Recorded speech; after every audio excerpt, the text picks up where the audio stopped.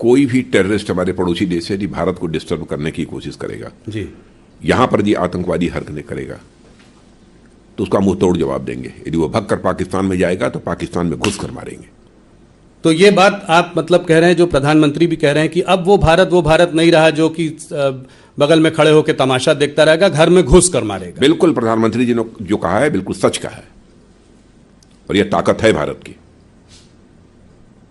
साथियों नमस्कार। साथियों, एक खबर पूरी दुनिया में तेजी से वायरल हो रही है कि लाखों दिलों की धड़कन इस वक्त तेजी से चल रही है, क्योंकि ये लाहौर के मायो अस्पताल में भर्ती है। कारण बताया जा रहा है कि किसी अननोन आदमी ने इसको जहर दे दिया है खाने में और अब ये अपनी जिंदगी की लड़ाई लड़ रहा है। इस बात की अभी कोई पुष्टि नहीं हो पाई है, कहीं से कोई पुख्ता जानकारी या तस्वीर सामने नहीं आई है, लेकिन हाँ, इंटरनेट पे इस खबर के बारे में चर्चा बहुत है।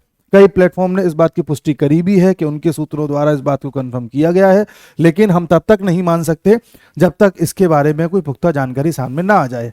हालांकि हाफिज सईद एक इतना बड़ी शख्सियत है पाकिस्तान में कि अगर इसके साथ कुछ होता है तो इसके जनाजे में लाखों लोग उमड़ेंगे, हजारों की भीड़ होगी। तो उस भीड़ से अंदाजा लगाया जा सकता है कि ये अल्लाह को प्यारे हो गए हैं। लेकिन अगर ऐसा नहीं होता तो ये खबर सिर्फ एक र्यूमर है, उसके अलावा कुछ नहीं है। लेकिन एक खबर पूरी तरह से सच्ची है कि हरकत उल मुजाहिदीन का एक बंदा जिसका नाम बिलाल अखनून था, ये कश्मीर में उल्टी सीधी गतिविधियों में पाया गया था। वहाँ पर जिहाद करता था, अभी बलूचिस्तान में रह रहा था। वहाँ पर किसी अननोन आदमी ने इसको अल्लाह को प्यारा कर दिया। ये बिलाल वहाँ पर दूसरे नाम से रह रहा था जिसका नाम साजिद हुसैन बताया जाता है कि इस नाम से अपनी आइडेंटिटी छुपा करके रह रहा था। बिलाल जिस संगठन से जुड़ा हुआ है उस संगठन का नाम हरकत उल मुजाहिदीन है, और हरकत उल मुजाहिदीन ये बदला हुआ नाम है। पहले ये दूसरा संगठन हुआ करता था, 1980 में बना था, और ये लोग पहले सोवियत यूनियन से लड़ाई करते थे अफगानिस्तान में, यानी उसके खिलाफ। उसके बाद इनके तार ओसामा बिन लादेन से जुड़े और धीरे धीरे इनका जो नेटवर्क है बढ़ता चला गया, और इन्होंने कश्मीर की जिम्मेदारी ली कि वहाँ पर जिहाद हम करेंगे, जिस प्रकार से लाखों दिलों की धड़कन भी करते थे। हाफिज सईद 26/11 का मास्टरमाइंड था, और उसके अलावा इसका भी काम कश्मीर में जिहाद फैलाना था। ये खुद बोलता था कि हम कश्मीर में जिहाद करेंगे और कश्मीर के लोगों के लिए हम अपनी आवाज़ बुलंद करेंगे। हाफिज सईद लंबे समय से पाकिस्तान में रह रहा है, और ये न सिर्फ भारत के लिए एक आतंकवादी है बल्कि यूएन ने भी, यूनाइटेड नेशंस ने भी इसको आतंकवादी घोषित किया है, इंटरनेशनल टेररिस्ट घोषित किया है। लेकिन पाकिस्तान में इसकी मौजूदगी के कारण पाकिस्तान को FATF की ग्रे लिस्ट में जाना पड़ा था, जिसकी वजह से उसे दूसरे देशों से या बड़ी बड़ी संस्थानों से लोन नहीं मिल पा रहे थे। इसलिए पाकिस्तान के लिए ज़रूरी हो गया था कि इन जैसों को जेल में डाले और दुनिया को ये दिखाए कि देखो भैया ये तो जेल में है, हम इसको पनाह नहीं दे रहे। तो पाकिस्तान ने दिखाने के लिए 2020 में इसको जेल में डाल दिया था, और तब यूएन ने इस बात की पुष्टि करी कि हाँ ये जेल में है, कोई दिक्कत नहीं है, अब हम पाकिस्तान को FATF की लिस्ट से बाहर कर सकते हैं। उसके कुछ समय बाद पाकिस्तान FATF की ग्रे लिस्ट से बाहर आ गया था। लेकिन इन जैसे लोग पाकिस्तान की जेल में जेल जैसा नहीं काटते हैं, वहाँ भी ये राजाओं की तरह रहते हैं। पहले ये बड़ी बड़ी जनसभाएं करता था, नारे लगाता था, खुलेआम टीवी पे दिखाई देता था, सब कुछ होता था। लंबे समय से ये दिखा नहीं है और बड़ी जनसभाएं इसने नहीं करी है, क्योंकि ऐसा करने से पाकिस्तान की ISI, वहाँ की आर्मी और वहाँ की सरकार को फिर से FATF का सामना करना पड़ता। इसलिए ये लोग एक सुनियोजित चाल से क्या करते हैं कि इन जैसों को पनाह देते हैं, अब ज़्यादा पब्लिक के सामने आने नहीं देते और अंदर ही अंदर ऑपरेशन चलाते हैं, जैसे हमारे अननोन मैन करते हैं। अब ये अननोन मैन कौन है हम तो भाई जानते नहीं है। अननोन मैन के बारे में भी कुछ दिन पहले गार्डियन अखबार में भी छपा था, हमने वीडियो भी बनाया था कि किस प्रकार से पिछले 1 साल में 15 लोगों को हमने ऊपर पहुंचाया है, ऐसा गार्डियन ने कहा था। हम नहीं कह रहे हैं, गार्डियन ने कहा था। और एक खबर एक वायरल हुई थी जब राजनाथ सिंह जी ने एक इंटरव्यू में बोला था कि अगर कोई हमारे देश में आकर के आतंकवाद करता है तो हम उसे यहीं पे निपटा देंगे, और अगर यहाँ से भागता हुआ पाकिस्तान चला जाता है तो वहाँ घुस करके मारेंगे। उसके बाद एक जनसभा हुई थी जिसमें योगी जी ने भी यही बात बोली कि हम आज वो भारत बन चुके हैं कि दूसरे के घर में घुस के मारता है। तो मोदी जी सामने बैठे हुए थे, बगल में बैठे हुए थे, मोदी जी भी इस बात को सुन रहे थे और मंद ही मंद मुस्कुरा रहे थे। हम केवल आपसी संबोधन में ही राम राम नहीं बोलते।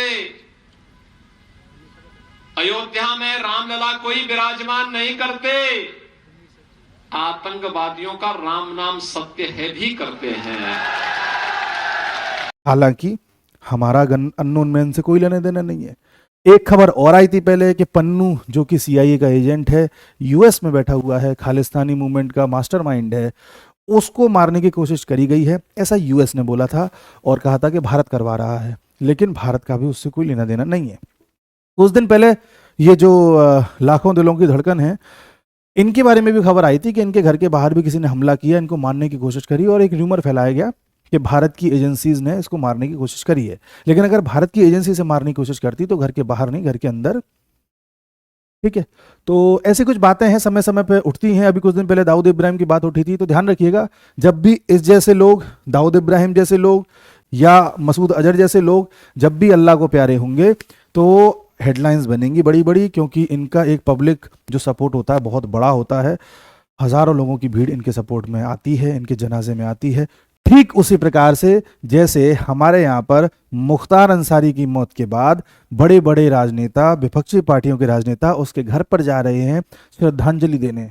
इन नेताओं को बड़ा कष्ट हो रहा है कि मुख्तार अंसारी जी मर गए। इनको बहुत दुख है कि भारत के स्वतंत्रता सेनानी मुख्तार अंसारी जी मर गए, मशहूर फिलैंथ्रोपिस्ट मुख्तार अंसारी जी मर गए। तो जब हमारे यहाँ पर एक कल्प्रिट, एक ऐसा व्यक्ति जिसे अदालत दोषी मान चुकी है, अदालत हत्यारा मान चुकी है, ऐसे व्यक्ति के मरने पर भी लोग शोक व्यक्त करने चले जाएं, लोग पब्लिक पोस्ट करें और ये बताएं कि भाई देखो वो आदमी मर गया, हमें बड़ा दुख है, और उसको भी सपोर्ट करने के लिए यहाँ जनता बैठी है, वोट देने के लिए जनता बैठी है। तो ये तो फिर भी बहुत बड़ा काम कर रहे थे इनकी जनता के हिसाब से। ये तो भाई जिहाद कर रहे थे जो उनका अल्टीमेट मकसद है। तो इनमें तो हजारों की भीड़ जाएगी ही जाएगी। तो इसलिए इनको जब ये मर जाते हैं तो इनकी बात को छुपाया नहीं जा सकता, समय के साथ सामने आ जाएगी। लेकिन बिलाल वाली बात सच है।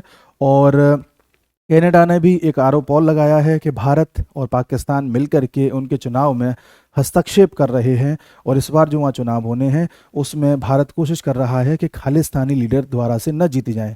पिछली बार भी हालांकि उन्होंने आरोप लगाए थे जस्टिन ट्रूडो ने कि 2019 में चुनावों में भारत ने हस्तक्षेप किया था, जिसकी वजह से जो खालिस्तानी लीडर पहले वहाँ शायद 40 के आसपास जीते थे, इस बार 25 के आसपास जीते थे। इस बार भारत की चाल है कि उससे भी कम जीते हैं, ना के बराबर जीते हैं, ऐसा जस्टिन ट्रूडो कह रहे हैं। तो भाई अब मुझे समझ में नहीं आता कि भारत वो कनाडा में भी पीछे पड़ा हुआ है, यूएस में भी पीछे पड़ा हुआ है, इधर यूके का गार्डियन अखबार भी रिपोर्ट छाप रहा है कि भारत ऐसे ऑपरेशंस चला रहा है, इधर पाकिस्तान भी पहले कबूल चुका था और अब भी ऐसी खबरें आ रही हैं, कुछ खबरें तो बिल्कुल पुष्टि वाली आ रही हैं। ठीक है ना। अब ये सब जो हो रहा है, कनेक्टिंग द डॉट्स अगर हम करें तो सीधी सीधी बात ये निकल के आती है कि भारत कर रहा है। लेकिन भाई भारत ऐसा नहीं करता। भारत शांति प्रिय देश है, हम लोग अपने काम से काम रखते हैं, हमें इन सब चीज़ों से मतलब नहीं है। वरना हो सकता है हमारे देश में कुछ लोग नाराज़ हो जाएं कि आपने क्या कर दिया, आपने इनको रुखसत कर दिया यहाँ से, इस बात पे भी नाराज़गी हो सकती है। तो हम ऐसा काम नहीं करते और इसके बारे में हम ज़्यादा कुछ बोलेंगे भी नहीं। अब वीडियो बंद कर रहे हैं, वरना लोग कहेंगे कि भाई मोदी भक्त हो इसलिए इनकी बुराई कर रहे हो। जय हिंद।